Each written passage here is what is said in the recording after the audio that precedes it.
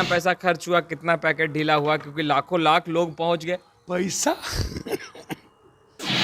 कुर्सी थी और प्रणाम पूर्णिया का पोस्टर था, तो आप अंदाजा कीजिए कि क्या खर्च हुए होंगे। और लोग लाखों खुद भीड़ से- आए, तो लाखों तो लोग खुद आए ना। तो जनता ने दिखा दिया कि सीमांचल कोसी की आज़ादी चाहिए। हमसे झूठे वादे जुमलेबाजी नहीं चलेंगे, हमारे आंसू अब नहीं बहेंगे, हमारे थाली से दाल सब्जी गायब नहीं होगी, हमें न्याय चाहिए। कसम खिलाने से जात पात आके बैकवर्ड फॉरवर्ड तो कोशिश सीमांचल में कर ही देते हैं, बाइफर्केशन हो ही जाता है। तो हम तो होने नहीं देंगे, मर जाएंगे लेकिन नहीं होने देंगे। नमस्कार, आप लाइव सिटीज देख रहे हैं, आपके साथ मैं हूं वसीम खान। प्रणाम पूर्णिया महारैली और लाखों लोगों का हुजूम, यूं कहें जन सैलाब उमड़ा था। पप्पू यादव तमाम लोगों से आशीर्वाद ले रहे थे, बातों को रखा और लोगों से कहा कि भाई शपथ लीजिए, कसम खाइए कि जात की बात नहीं करेंगे, हिंदू मुस्लिम नहीं करेंगे। ये तमाम बातें पप्पू यादव ने कही। मगर देखिए, इस तरह की जब रैली होती है और भीड़ उमड़ती है तो एक सवाल बेशक उठता है, खर्च कितना हुआ, पैकेट कितना ढीला हुआ। पप्पू यादव से ही बात कर लेते हैं, कितना खर्च हुआ, कितना पैकेट ढीला हुआ है इनका, क्योंकि लाखों लोग पहुंचे थे। हमने वो तस्वीर आपसे साझा की है, जितने लोग ग्राउंड में थे उतने ही बाहर खचाखच मैदान भरा था। पप्पू यादव ने बातें रखी हैं तो अब सवाल भी उठेंगे। अब पप्पू यादव से बात कर लेते हैं। अभी भी देखिए कई फ़ोन कॉल्स आ रहे हैं पप्पू यादव के पास और लगातार लोग अब भी जुड़ रहे हैं। पूर्णिया से, पूर्णिया के बाहर से, बिहार के अन्य हिस्सों से पप्पू यादव के पास कॉल आ रहे हैं। पप्पू यादव जी, अगर व्यवस्था खत्म हो गई हो तो एक सवाल है और बहुत महत्वपूर्ण सवाल है। पप्पू यादव जी, कितना पैसा खर्च हुआ, कितना पैकेट ढीला हुआ, क्योंकि लाखों लाख लोग पहुंच गए। पैसा कोई गेट दिखा, 4-5 गेट छोड़ के? नहीं, वैसा तो कुछ दिखा नहीं। आपको सिर्फ प्रणाम पूर्णिया का पोस्टर दिखा होगा। हाँ दिखा। हाँ, दिखा। तो प्रणाम पूर्णिया का पोस्टर और ओपन स्टेज। हाँ, ओपन स्टेज था। कोई स्टेज के ऊपर कुछ था नहीं। तो जब स्टेज के ऊपर कुछ था ही नहीं, कुर्सी थी और प्रणाम पूर्णिया का पोस्टर था, तो आप अंदाजा कीजिए कि क्या खर्च हुए होंगे। और लोग लाखों खुद भीड़ से- आए, तो लाखों तो लोग खुद आए ना। आप पूछिए, हम खाना नहीं दे पाए लोगों को, हम क्षमा चाहते हैं हाथ जोड़ के पैर पकड़ के। सादा सादी सभा कर लिए और ये भैया पूरी बड़ा सब रैली। सर कहाँ से, ये 2-2, 3-3 लाख आदमी को खाना कहाँ से देने की हैसियत और औकात, थोड़ा तो हो ही जाता है। तो फिर सबसे क्षमा मांगना पड़ा। तो ये तो जनता ने दिखा दिया कि सीमांचल कोसी की आज़ादी चाहिए। हमसे झूठे वादे जुमलेबाजी नहीं चलेंगे, हमारे आंसू अब नहीं बहेंगे, हमारे थाली से दाल सब्जी गायब नहीं होगी, हमें न्याय चाहिए। और न्याय की उम्मीद, सेवा और मदद तो सिर्फ पप्पू यादव से मिलती है। बेटा से हम, उनको बेटा चाहिए, नेता नहीं चाहिए। 20 साल तो नेता देखा, तो बेटा के लिए चले आए, एक माँ, एक पिता, बेटा के लिए भाई चले आए।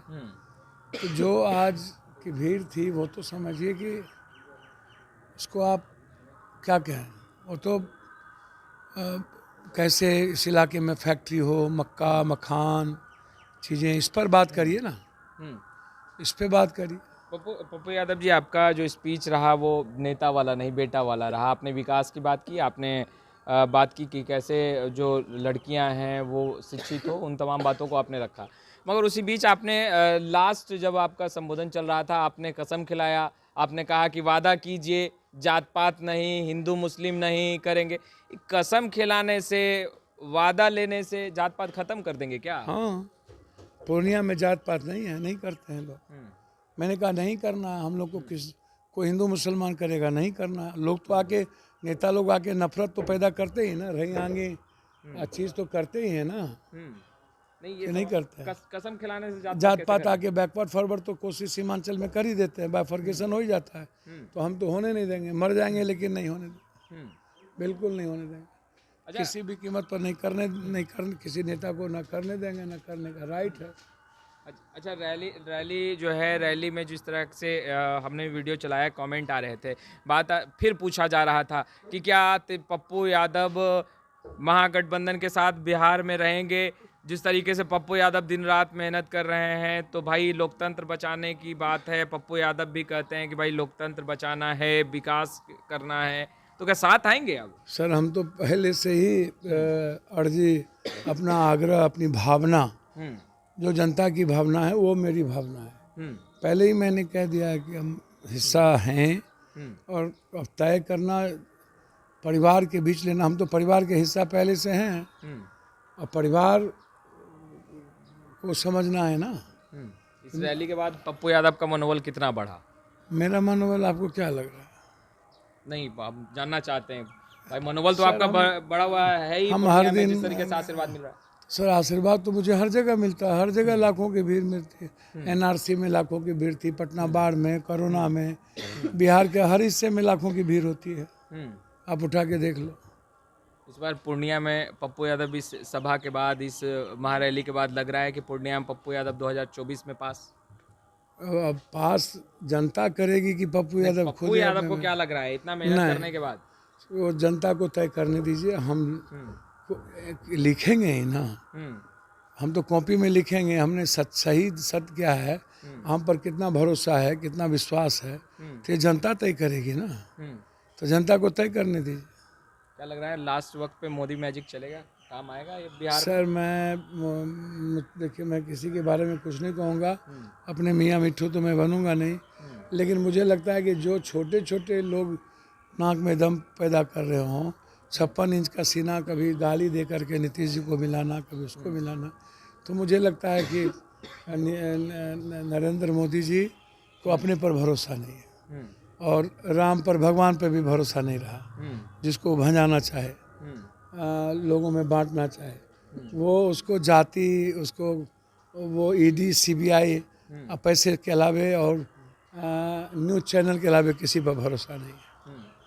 अच्छा पप्पू जी, ये बताइए कि जो रैली, जो भीड़ आई, कहा जा रहा है, कमेंट में जो आया वही प्रश्न हम आपसे ले रहे हैं कि पप्पू यादव का 2024 लोकसभा चुनाव से पहले पूर्णिया लोकसभा सीट पर दावा और एक तरीके से शक्ति प्रदर्शन, इसे आप कैसे? सर हमको तो समझ में नहीं आता। हम 27 दिन जो यात्रा में रहे, पानी में, तूफान में, और हम जो हमेशा लोगों के बीच कोरोना में रहते हैं, वो क्या था?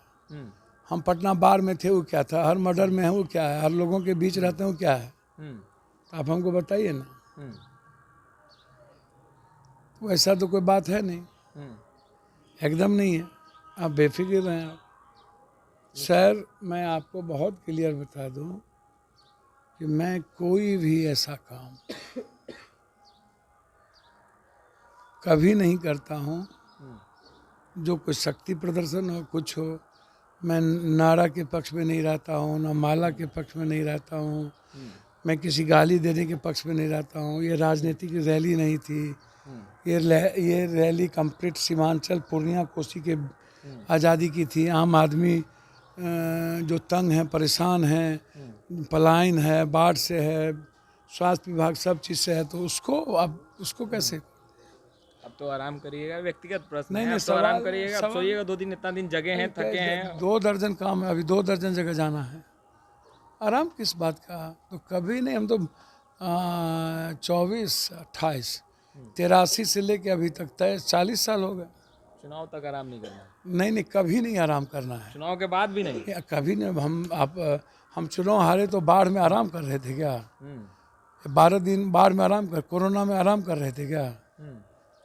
पूरे एक जगह देश भर में जाके मदद कर रहे थे, आराम कर रहे थे क्या?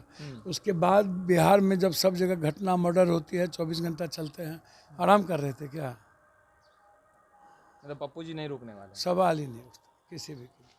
तो आपने सुना कितना खर्च हुआ, क्या हुआ, पप्पू यादव ने खुद ही सब कुछ बता दिया है। भीड़ तो आपने देखा ही होगा, लाखों लाख लोग पहुंच गए, मैदान छोटा पड़ गया, लोग बाहर भी खड़े थे, पूर्णिया जाम भी पड़ा था, पूरा यातायात ठप हो चुका था, क्योंकि लोग खुद ही उत्साहित होकर आ रहे थे। और हमने तमाम लोगों से बातचीत भी की है, वो तस्वीरें भी हमने आपसे साझा की है, और जल्द और भी बहुत सारी तस्वीरें हैं जो हम आपसे साझा करेंगे।